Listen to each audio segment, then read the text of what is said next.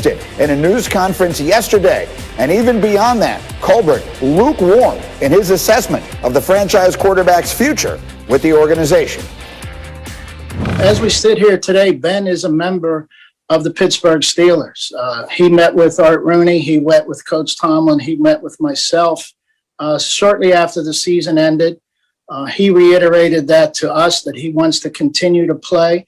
We told him, quite frankly, we have to look at this current situation. With Ben's current cap number, some adjustment will have to be made, and we anticipate that he could still do some good things moving forward. So hopefully there's a way that we can try to figure out and do what's best for the organization and do what's best for Ben. Wow, so that's not exactly an enthusiastic endorsement.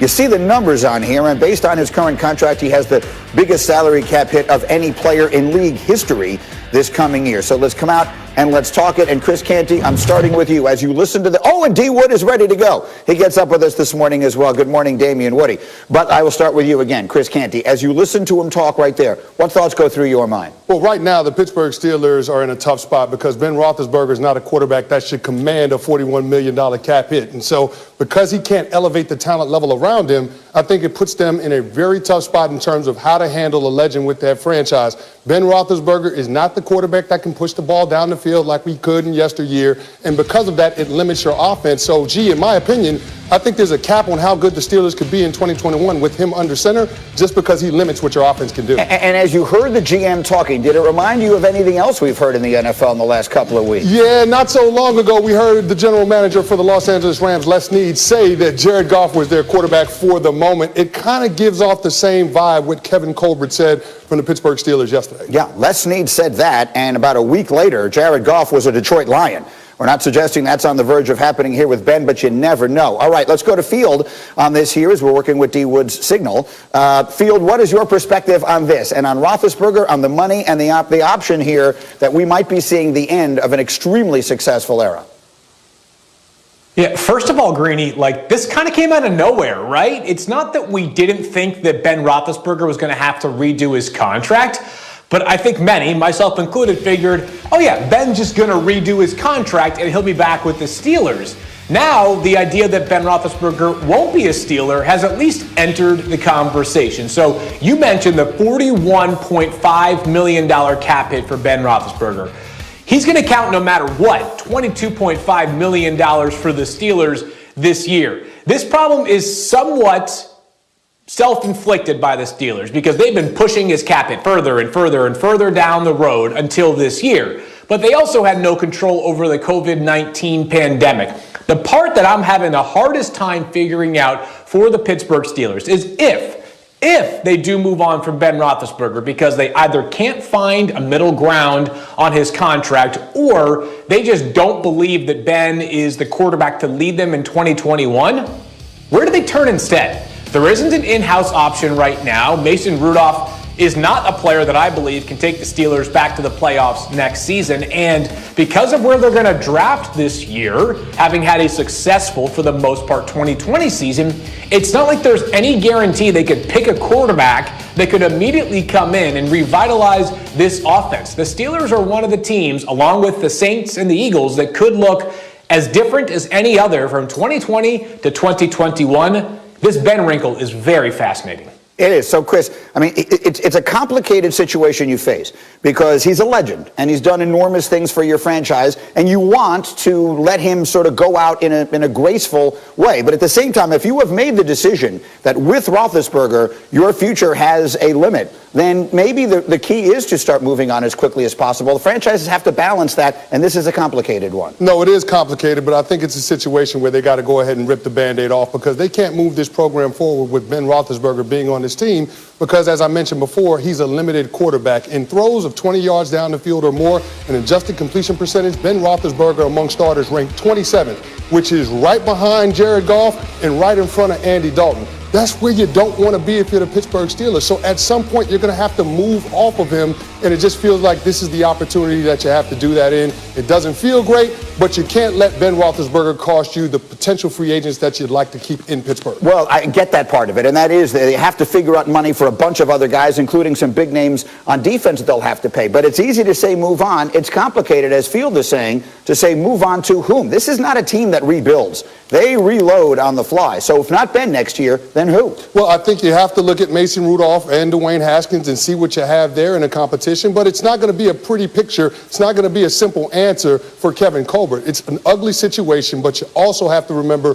what is going to be the identity of your team moving forward. It's going to be on the defensive side of the ball. You'd like to hold on to some of those stalwarts that you have. Bud Dupree, a free agent that's impending. T.J. Watt, they're going to have to address his contract. I would want to hang on to those guys more so than pay Ben Roethlisberger to be my quarterback. Haskins is 2 years removed from being a high first-round pick in the NFL draft. He's a fascinating wild card in all of this. If they can unlock the magic there, then maybe they wind up pulling something out. We will see. Meanwhile, that's the beginning of the quarterback conversation. Let's get to the next one, and his name is Carson Wentz. His career, by now, you know this. He got off to an unbelievable start in Philly, led the league in total QBR in 2017, just his second year in the league. Got hurt in that game on that play against the Rams there, and his team goes on to win the Super Bowl without him. And since then, he has suffered a variety of injuries. It was a knee, it was a vertebra, it's a concussion. Then this past year, he was benched in favor of Jalen Hurts for the final 4 games of the season. Listen to his former teammate, Chris Long.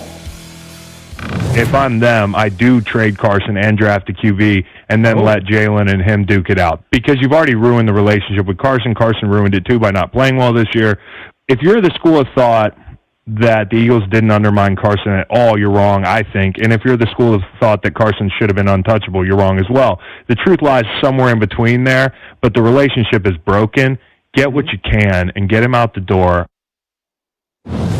It certainly does feel like it's heading in that direction. How it got to this is a complicated question, but I haven't had a chance to talk to you since this has all been going on. Chris Canty, what is your perspective on Carson Wentz right now? Well, right now, Carson Wentz seems like a quarterback that has lost his way. And so I just feel like he's in a situation where he's got to try to have a better second act. And I think a fresh start would do him a whole lot of good. You heard what Chris Long just said. He thinks the relationship is broken and it's irreparable. And so I think it makes a lot of sense for the Philadelphia Eagles to move on from Carson Wentz. And now it's just about Howie Roseman being able to extract maximum value, because he's going to need that draft capital to rebuild his roster. So I just feel like they're at a crossroads right now, and based on the situation in Philly, being a team that's rebuilding, it makes sense to deal Carson Wentz. Well, yeah, and so value is a complicated question, right, Yates? I mean, at some point it felt like, to me, like the Eagles thought they were going to get a Matt Stafford-like return in a trade for Carson Wentz, when in reality they have an asset that is a lot more similar to Jared Goff and that side of that trade. So what does value look like in a deal here? No